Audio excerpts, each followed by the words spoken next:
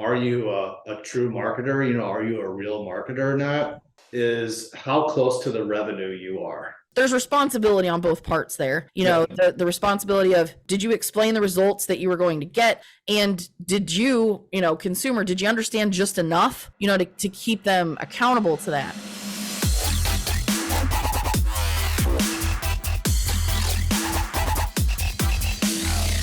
Hello, and welcome to episode 15 of Fuck Your Podcast. I'm Emma Pardo.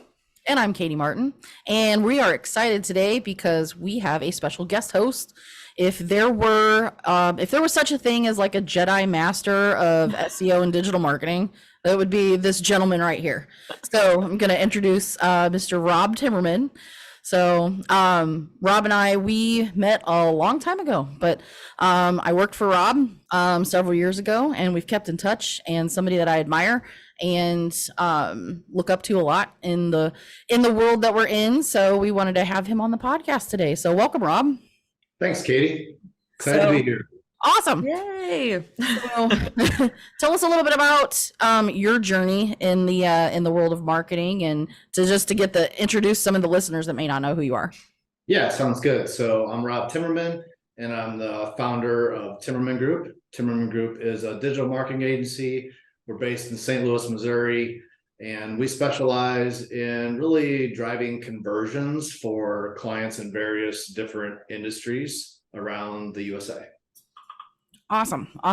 So, and obviously we have a little bit of the same, some of the same types of customers, but we're very familiar. You're very familiar. I'm very familiar with home services and companies that really focus on lead generation, and obviously conversion's a huge part of that. And you work with so many more industries than what we do. But some of the common things, and this was one of the reasons that we wanted to ask you on to come on the podcast. So we have a lot of people and sometimes smaller businesses where they outsource their marketing, and obviously they're not a marketing expert. They get into business doing whatever it is that they do. That's what they are an expert in. And they're not necessarily well-versed in all of the other avenues that they could generate business or generate leads. But at the end of the day, they're looking for opportunities, or they're looking for basically a lead. So they don't really know what they're paying for, or like what they should be paying for. So there's like a lot of things that we could talk about in that area, but just to kind of like some foundation, what are some of like the top things? I know like SEO is one of the things that we, like you and I both, and Emma, like we're all on the same page of like the level of importance of that when you are a local company and you're trying to have people find you. When you're explaining this to like somebody, like let's say an owner owning a roofing company, like how do you explain that, like what SEO is, how that helps their business? I explain it as there is demand out there in the marketplace. So that means that there's people already searching for what you're selling. Mm-hmm. So it's a matter of showing up where those people are searching, which is on Google, right? And I really explain it like they are showing up at this doorstep, and you have an opportunity to be there. But if you're not there, it's not like the person's just going to walk away. The person will go to one of your competitors because there's multiple competitors in that piece of real estate where they're looking. So I don't just explain it as it's an opportunity. I also explain it as it will be an opportunity for your competitors if you're not there. And that really resonates with people because they just seem to think it's kind of this deal where if we show up, we get business, but they really don't understand the part of the defensive part of it, right? Mm-hmm. And that is, if you don't show up, you're helping your competitors grow. Right. Yeah. Awesome. So kind of tying in home services, what's I've been in marketing for quite some time. How did you come across originally in the roofing industry? Like where did that mesh in your background? Yeah. So my family is all in the construction business. So my father's in masonry. One of my brothers is an electrician. The other one's in masonry. So we just have like a family of contractors that really understands that business. So I knew all the terminology and, the ups and downs of it, shall we say. Yeah. Right. But with ranking, we just had clients that came to us for roofing in particular, right? Because the win of that lead is massive, right? So that one lead can yield to cracking open an entire neighborhood, right? And that neighborhood could have 20 houses, it could have 200 houses in it. So showing up in that space and getting that lead for especially a roofing company, that's kind of similar to a law firm, right? Like the win is so large that it's hyper important. Okay. And it's not just the size of the job, it's also the net profit of the job if you of course do it right. Right. Yeah. And I think that I think where a lot of people are marketing companies, I would say there's several different types of marketing agencies that offer either just really specific services, or if they do offer a variety of services, like they don't take the time to get to know the business enough like that to really understand like what's important to them. And I think that's one thing that sets agencies apart. But I mean, that's what's going to get the best results. If you're trying to guess and you're not communicating regularly and really understanding the business, like I don't really see how somebody is trying to help them grow or increase their presence or reach or whatever, or ranking that they're going to be able to do that long term. So like Emma coming from not knowing anything about contracting, not too terribly long ago, learning a ton. Oh my gosh, it was like all at once, but also not all at once at the same time, if that makes sense. Yeah, that was interesting to tap into that side because I had started a very, very small, I mean, by small, I mean myself and I, marketing agency, right? Which I still have and own and operate to this day as Elevate Publications. And I started that coming out of college because I graduated in April of 2020 and the world was shut down. And I've explained this story a million times, but everything was shut down and there was no jobs available, hardly any jobs available. And so I created my own job and started that. And all I had really known was, yes, small businesses, but it was kind of just like willy-nilly, right? It wasn't really mainly focused on one industry or the other. It was, oh, I'm doing marketing, social media management for an accountant and then a winery and then like just random stuff, the bowling alley, a soap shop, all these different things. So opening up to the world of contractors was, I don't know, it just blew my mind because there's so many opportunities there that I didn't realize would actually be there. So yeah, it's very eye-opening. And if you're a company that's looking for a marketing agency, if you're a roofing company or whatever your contractor that's looking for a marketing agency, having expertise is very important. Right. So because just look at the estimate model in roofing versus the insurance model. Like if you don't know what that is, like you are missing the opportunity, right? Right. And just all the terminology, architectural shingles, 3-dash shingles, like you're going to get lost quick. Yep. So I do think it's very important to have some experience, or the agency should have some experience that you're going with. Right. Like, could they step up into your arena? Yeah. Like if you really like them and, they kill it on social media or pay per click and you want to give them a shot.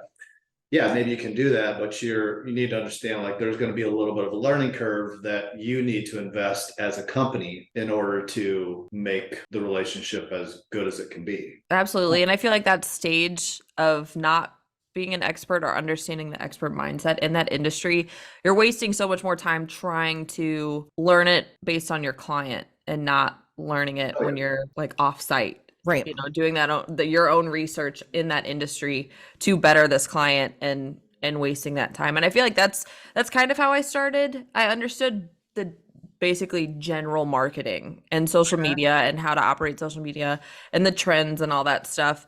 But I don't feel when I first started, I did it knowing that I loved marketing, but I also didn't have a very like structured plan as far as processes go and understanding different industries and kind of, I was open, but I wasn't clear on how open I wanted to be. And that's something that I've definitely learned as the years go on. Yeah, for sure. I have a question, I got a couple questions that's kind of along that topic. When Timmerman Group was relatively new, did you kind of stick in particular, like with industries? Did you were you more Did you focus in particular industries more and expanded, or did you kind of go into it with the approach of being like, were you fairly open then too? Yeah, so I did it just like Emma. So I had various different clients, they were coming to me from family and friends, Mm-hmm. and it was really like anybody that I could get when I first started out, which was Yeah. 20 years ago, and 20 years ago,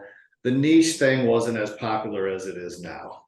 Mhm. Now there's so many agencies that are in the niche and they only do this service. Sure. They're in the horizontal and they're in the vertical, right? So you can get really, really specific with agencies today. It's just the way it is. But yeah, when Right. I was starting out, it was just random companies. Right. Yeah. But before I started Timmerman Group, I was doing sales for a website design company. And it was my first sales job. I had no idea how to sell anything, right? But the owner sold a home builder, and I went out and witnessed that pitch. Well, then I came back and I said, okay, well, let's sell all the home builders. Like that process was very, very natural for me, even as a salesperson. Mm-hmm. And then once I got into that, yes, I could consult better on it, right? Like I could consult better for the clients. I knew the terminology, I knew what they wanted, but it also made that company excellent at producing home builder websites. Right. Yeah. So there's some big wins, right? With working with an experienced industry in your niche, an experienced agency in your niche, but also if they have other experience as well with other industries, like you said, you have Emma, even if it's your early, agency life, you can start putting those dots, connecting those dots. Absolutely. Right. Like maybe you use something for a manufacturing firm where, you enter this contractor agency here that's, you're working with roofers only and it's kind of stale, right? Mm-hmm. And they're just doing the same thing, Well, some of those manufacturing ideas, strategies could be used in the roofing company. And now all of a sudden, okay, you're the trendsetter as the agency. Right. Yep. Right. I think that that's cool too, is you can, as a client, you can work with agencies that are super niche specific to your industry. And if they have other industries as well that they work with, yeah, I think that is, somewhat of a plus. Absolutely. I agree with that. I was going to ask, so when you first started out, and this is most entrepreneurs, but I can relate to this from when I started out. Did you have a hard time pricing your value? Yeah, for sure.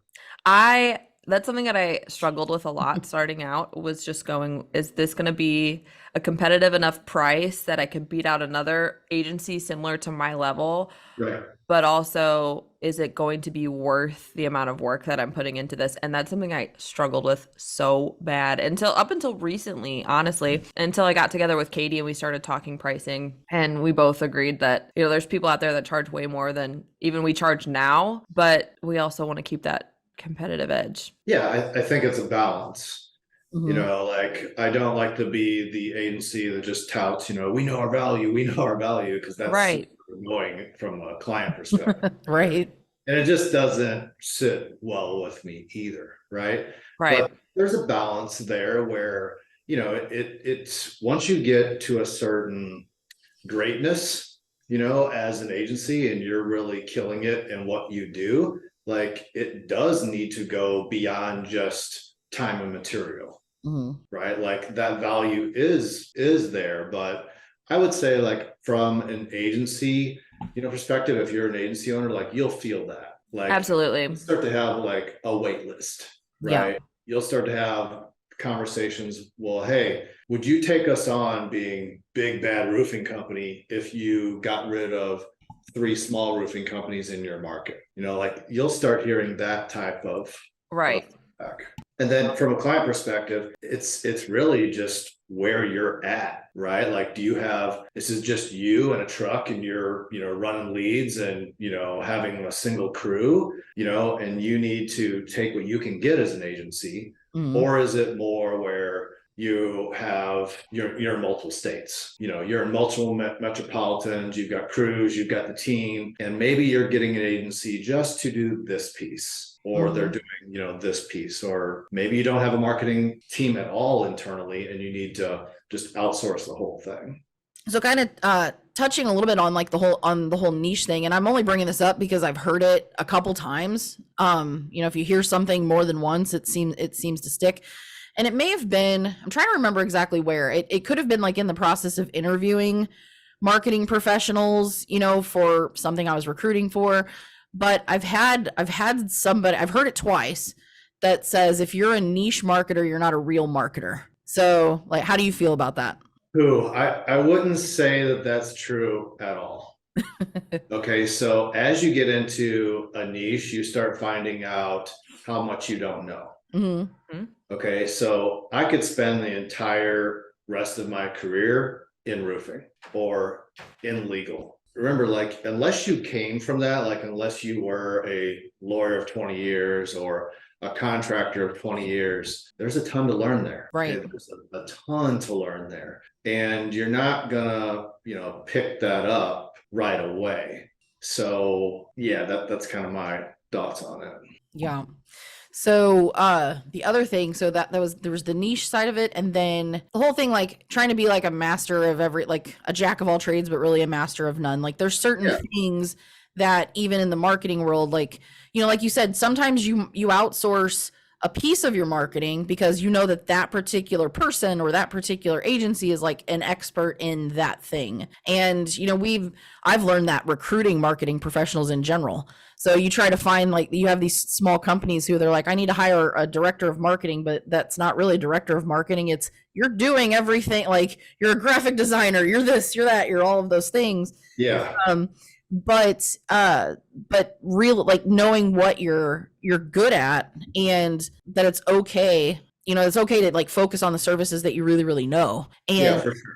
Were there like earlier in your career, were there certain things where you're like, I'm not quite ready to do that yet, that maybe you do now? Oh, absolutely. I'm not ready to do PR yet. Right. But that's probably in Timmerman Group's future. Got it.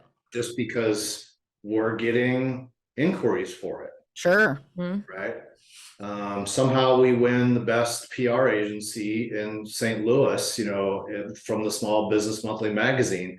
We don't really offer that, right? Just because I don't have that expertise, and that's not something I want to test out on anybody. Sure. But for me, what really determines, are you a true marketer, are you a real marketer or not, is how close to the revenue you are. So let's say that you do social media and that's all that you do, and you do it for roofing companies that are insurance based, right? That's hyper niche. Right. Right. But did you create leads or not? Well, it says I did on Facebook, but until you really get down into, okay, well, I have a login to their AccuLinks. I can see, if the job actually comes to fruition.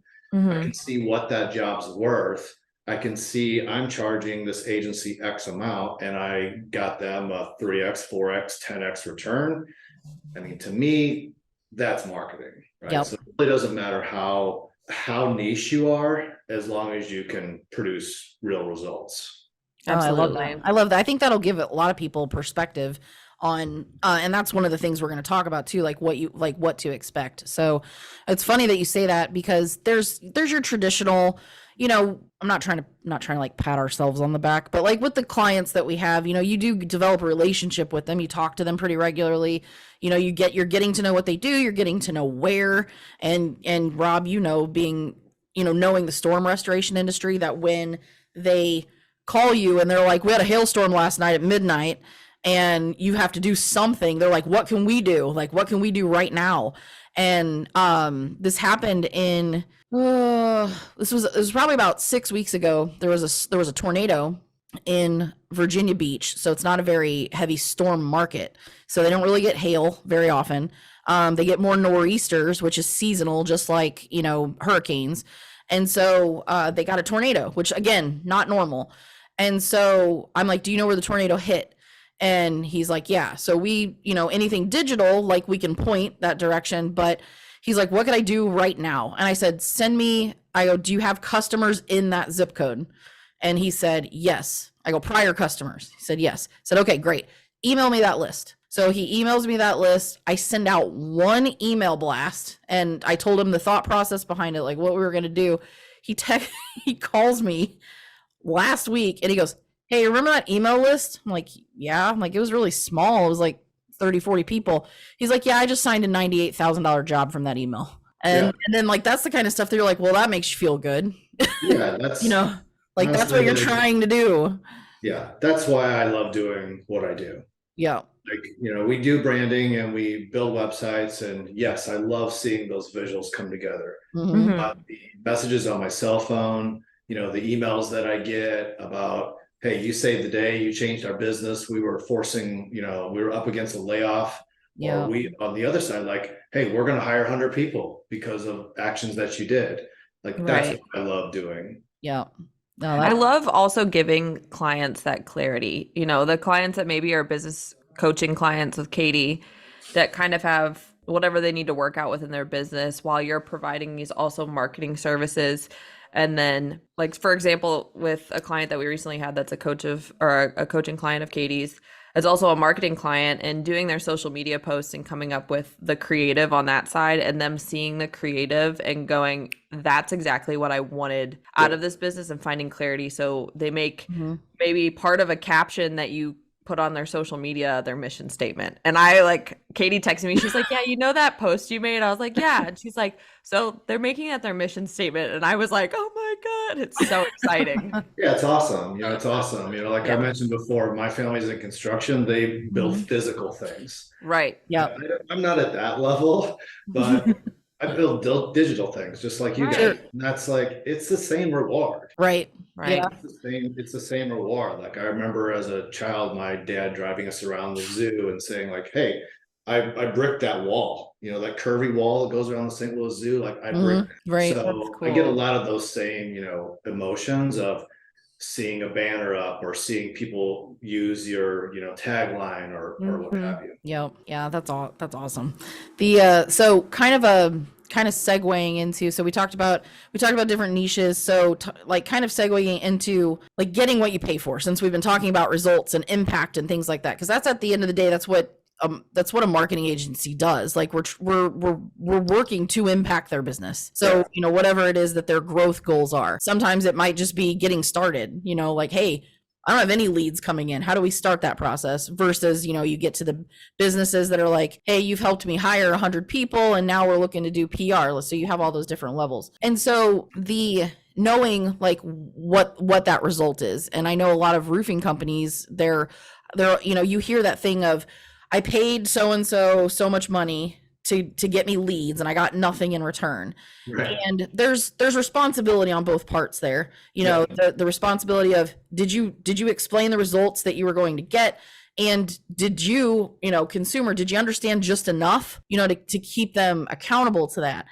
Or did you understand the contract you were signing? Did you understand what they said they were going to do? Did they tell you what they were going to do? So there was a news story. I'm not going to name any names, but it's fairly public because it was on the news, the local news, and there was an agency who's I don't know the details of the contract, and obviously the news didn't to go over that, but it was a roofing contractor in another state who signed up with their services for a result. And that's what got the agency in trouble, was because of like the vagueness of their agreement. And so, and again, unmatched expectations. You have roofing contractor over here who says, I need X amount of leads, and marketing agency says, well, we're doing this work for you. And they just miss one another.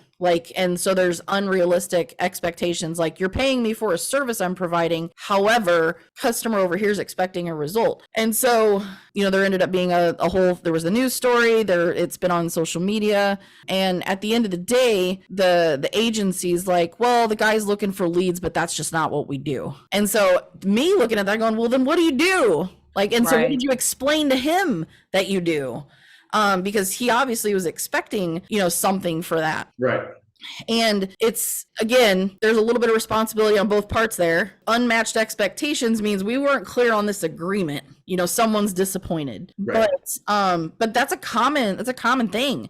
So I mean, you got to understand, I think it's like understanding not just the industry, but sometimes the mentality of the client, and asking them enough questions to get them to understand what they're looking for, other than trying to just sell them a service. And and there, obviously there's that fine line. So, the most common services that we offer and that we see is things that, direct response marketing or something, it might be SEM, it might be paid ads on Facebook, and then something that's a combination of branding and lead generation, where it might be the website design and build, and then ranking after that, and your actual SEO work, but really understanding like what they're looking for. So let's say you were taking a smaller business on and trying to get to that place where they, you're trying to bridge this gap to where they understand what they're going to get, or understanding what they expect. Like, what would most of business, like if you were speaking to a roofing company owner, like what are some things that they should be looking at or looking for to know that they're either getting results or trending in the direction of getting results? Yeah. So if you're a roofing company and you want to know what you're getting, or what you may get from your either current or agency that you're looking at, you need to really get transparent. So really get transparent. And because as a roofing company, especially the small ones, you may not know. Like, you may sign up for an agency, but unless they say like, the goal of this is to produce leads, you may hear the goal of this is to produce brand awareness, but in your mind, like, you're thinking, cool, leads, the phones are going to ring, right?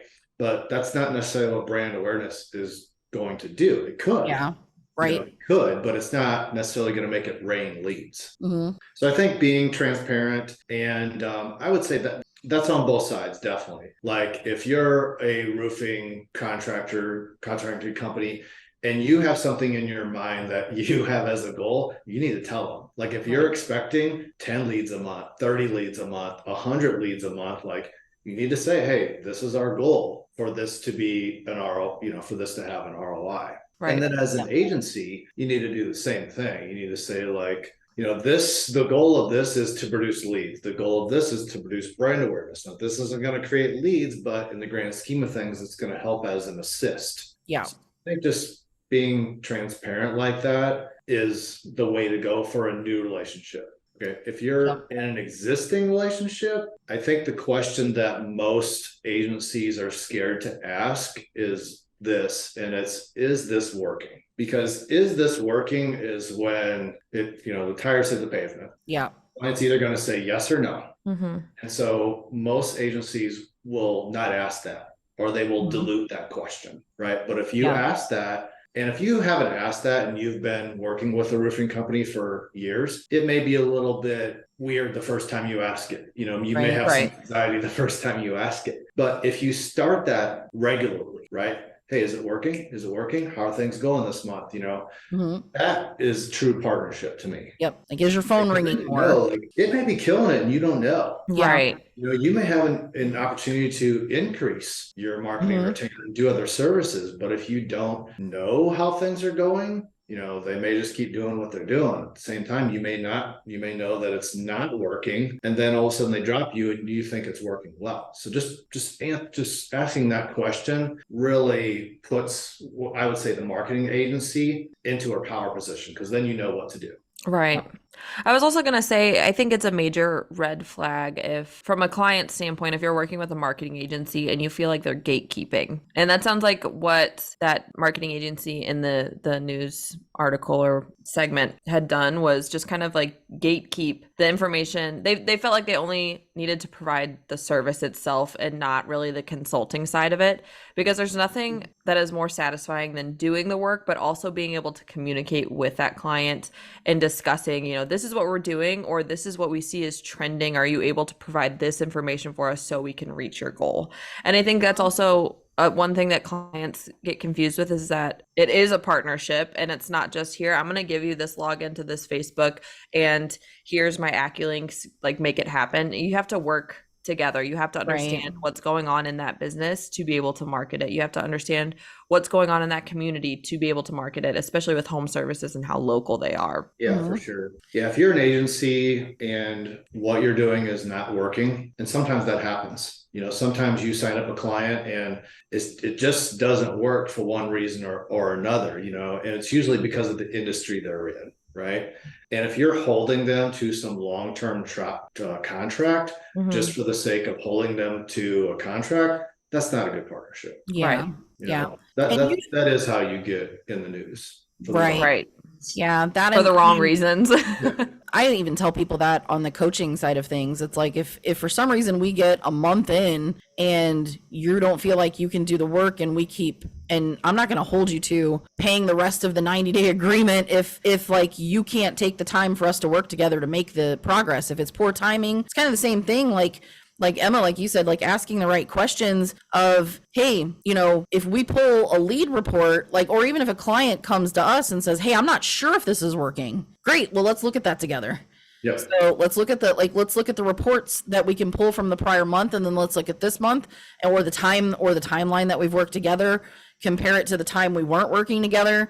And, are we tracking everything correctly? And, just having that, open communication, and that they know that they can call you as well if they have questions. And that's some of the biggest things is like, we made some reports, like custom reports, to try to keep it, like, we'll send it to you. We'll also set a call to go over it to make sure you understand, but trying to keep it as simple as, here's where you were last month, here's where you are this month. And right.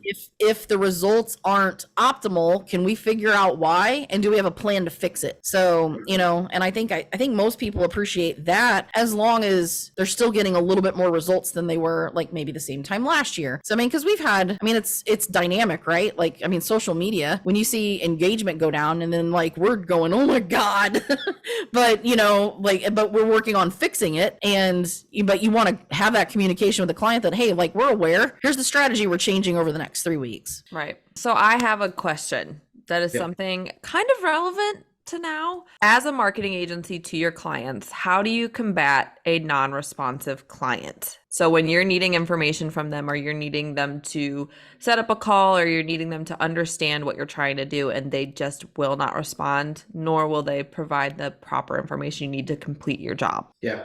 So it depends where you're at as an agency. Okay. So if you're just starting out, the tactics are going to be a little bit different. You need to have some kid gloves there. Right. Yeah. And really be careful with that, because you only have maybe 3 clients, right? And that's your total company. But as you scale up as an agency, you're going to get systems and processes in place, and those are vital to your success. Okay. And then depending on what it is, you may need to develop something like, in the SEO world, you're producing content, right? Mm-hmm. Well, the owner needs to sign off on all content, right? Owner never does that. Right.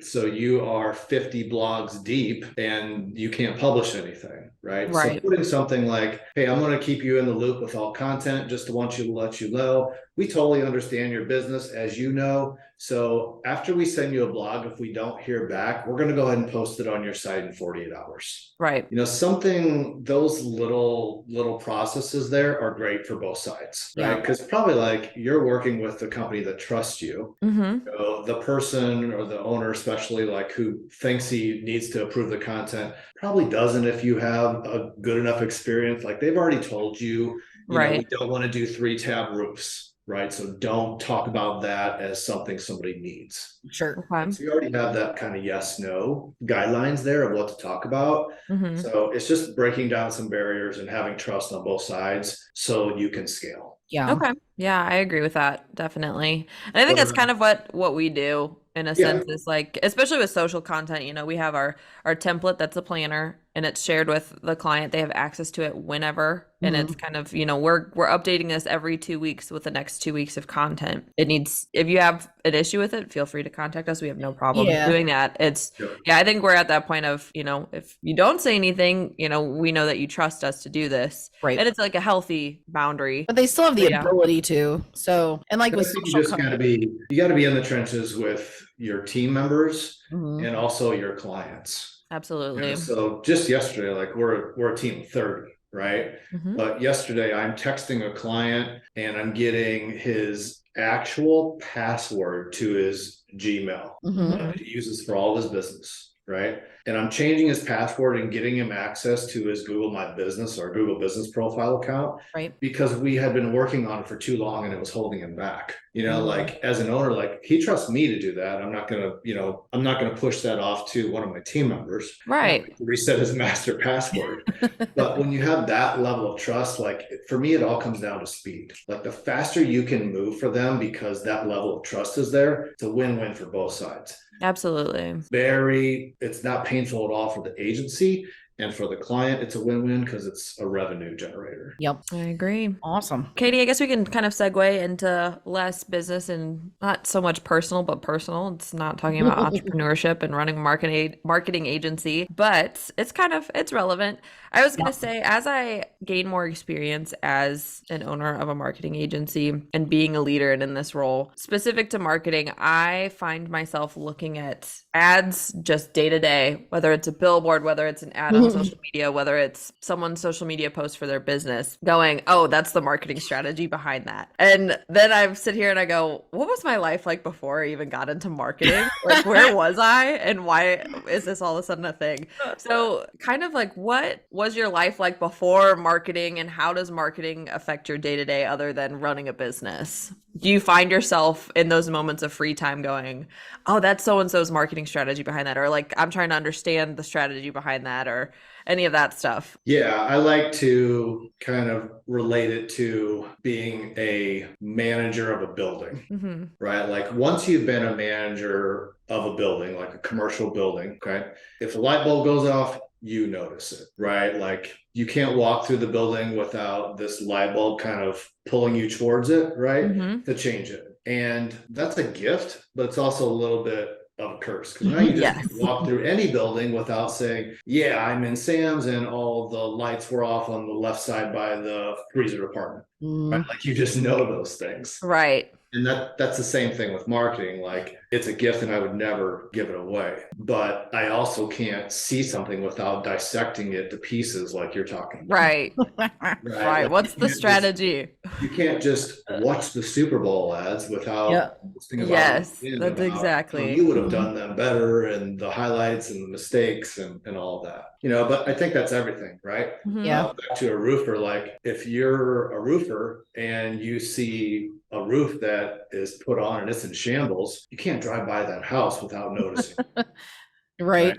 Or driving through an area, you're like, I installed that one. I installed that one. I installed Well, like, that one. And then your and- kids are in the backseat going, shut up. In a previous episode, a couple episodes ago, we had one of our clients, Mark Reitzel, on, and he's like, I'll have previous customers come up to me in the store while I'm wearing my Reitzel gear, and they'll say, oh, like, how are you? Like, they remember his face, but he can't remember their name, but he'll remember what roof he put on their house or what exterior project he did to their house. He's like, give me your address. What was it again? Oh, yeah, we did this, that, and the other. Yeah, so it's when you have those eagle eyes, right?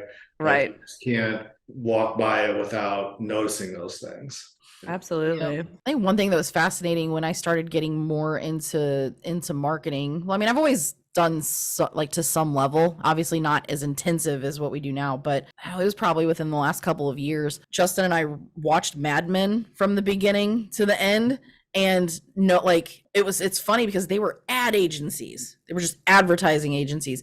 And it wasn't until like the 60s that they even had internal people in large corporations that handled any marketing. Like it was solely just outsourced to ad agencies. I think it was either Ford or Chevy was like the first large corporation. And this was like the 1960s that they like, oh, this guy over here is the head of marketing. It was just a fun fact, like seeing how that's evolved, like, because the world, like, especially, I mean, obviously you have some of the same things, some of the same elements in the advertising world and some of the marketing world, but just how different it was just fascinating to see like how they came up with ideas and how that, like, how one single newspaper ad back in the day or a magazine ad like would take some company and they would just explode. Yeah, for sure. And I think you see some of that today as well. Like there's, typically marketing inside pretty much every company, unless the owner is the marketer, right?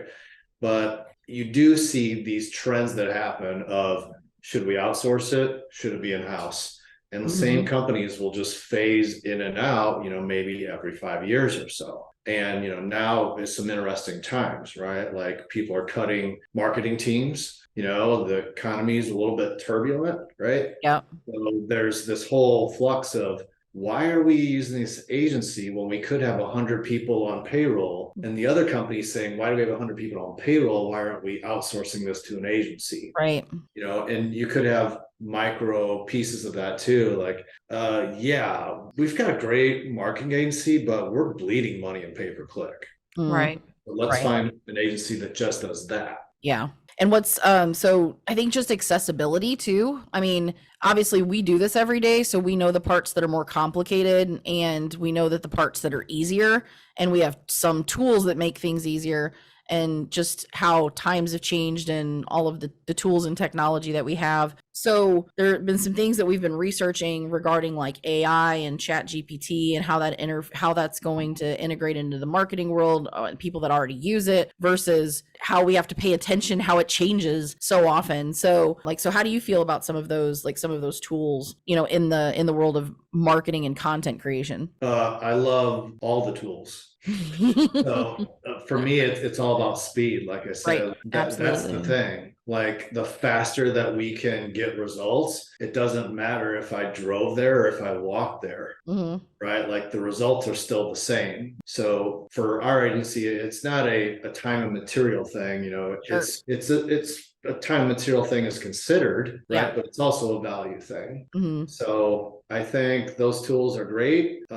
And I think they're going to grow, as in whether you're an agency owner or you're the agency intern. I would say now is the time for learning. If you're not dedicating time for learning, you're going to get passed up. Right. And it's going to happen quick. Like that's what's happening here is all AI is doing is fulfilling the need of speed. Right. As an agency owner who's hired several marketing agencies, to do different things for our agency and just other businesses I'm involved with, the speed is a big thing, and the results is a big thing. Like I can't get it done as fast as I need to get it done or want to get it done. And, the way entrepreneurs work, like they're going to get it done one way or another. Right. Right. So that's where like AI is really appealing to an owner of a company or a CEO of a massive corporation, right? That CEO may have wanted to get 1,000 blogs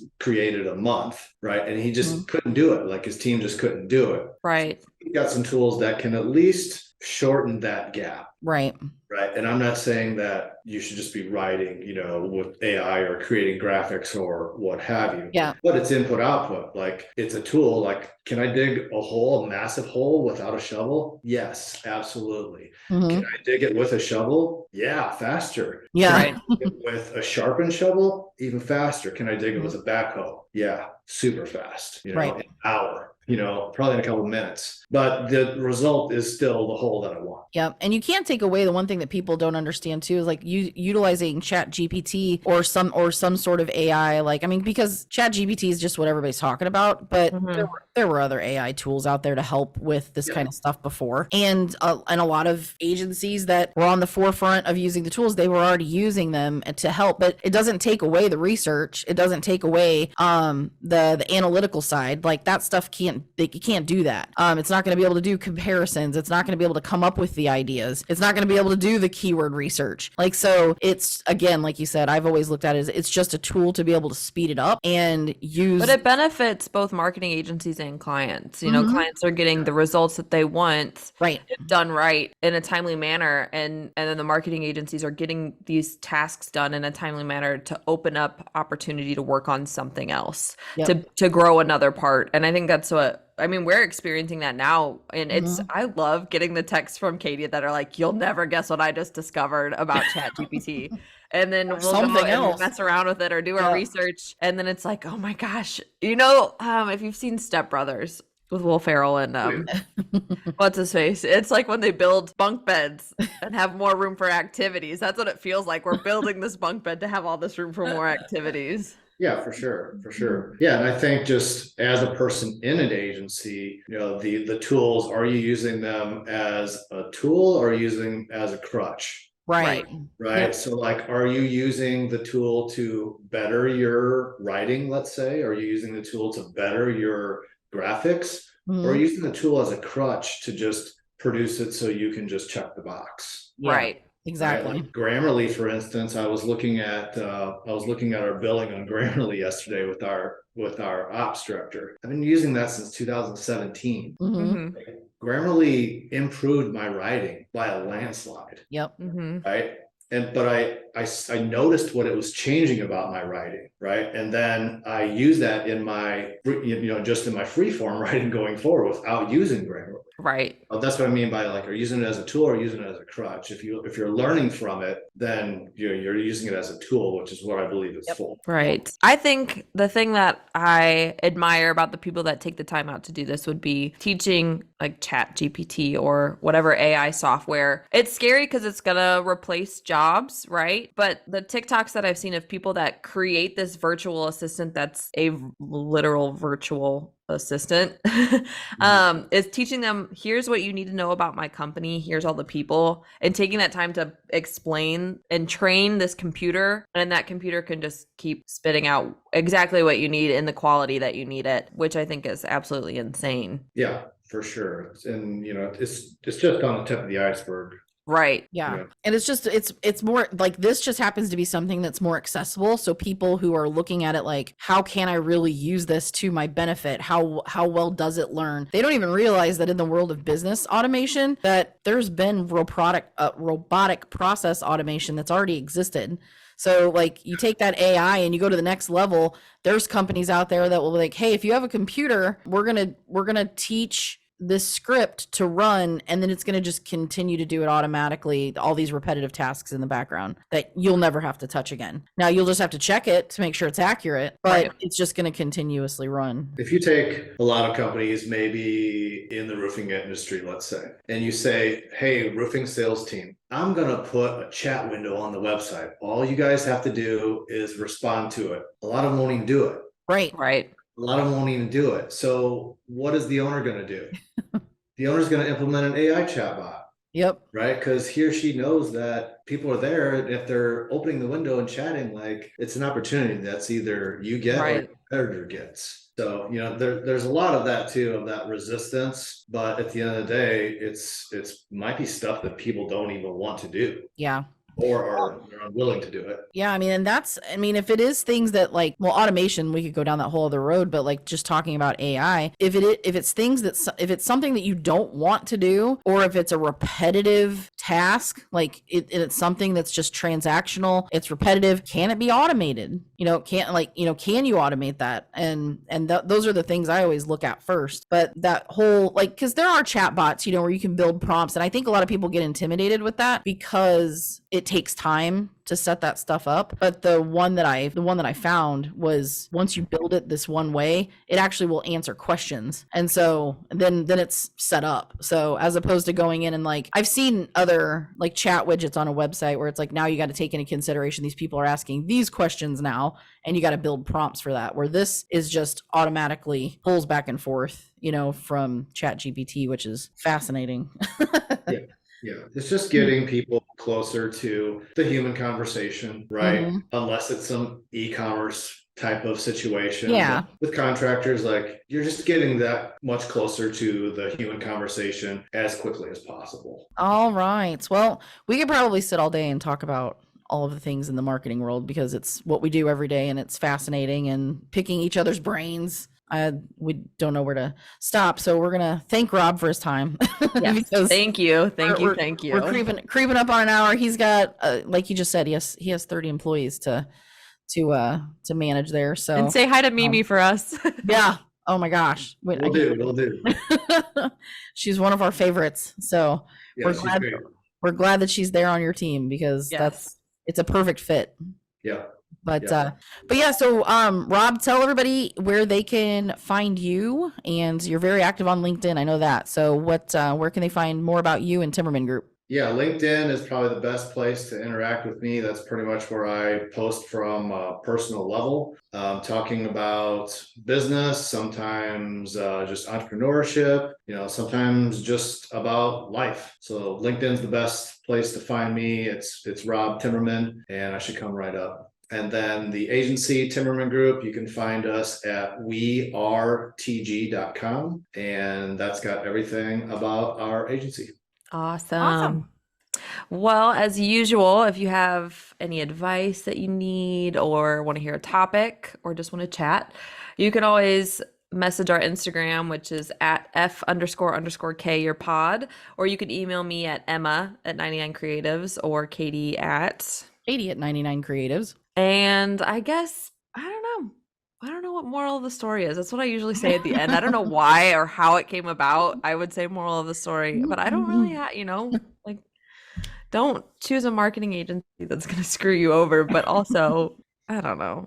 Moral of the story. No moral of the story. Just have a good, transparent relationship with your marketing agency. Yep. Absolutely. There you go.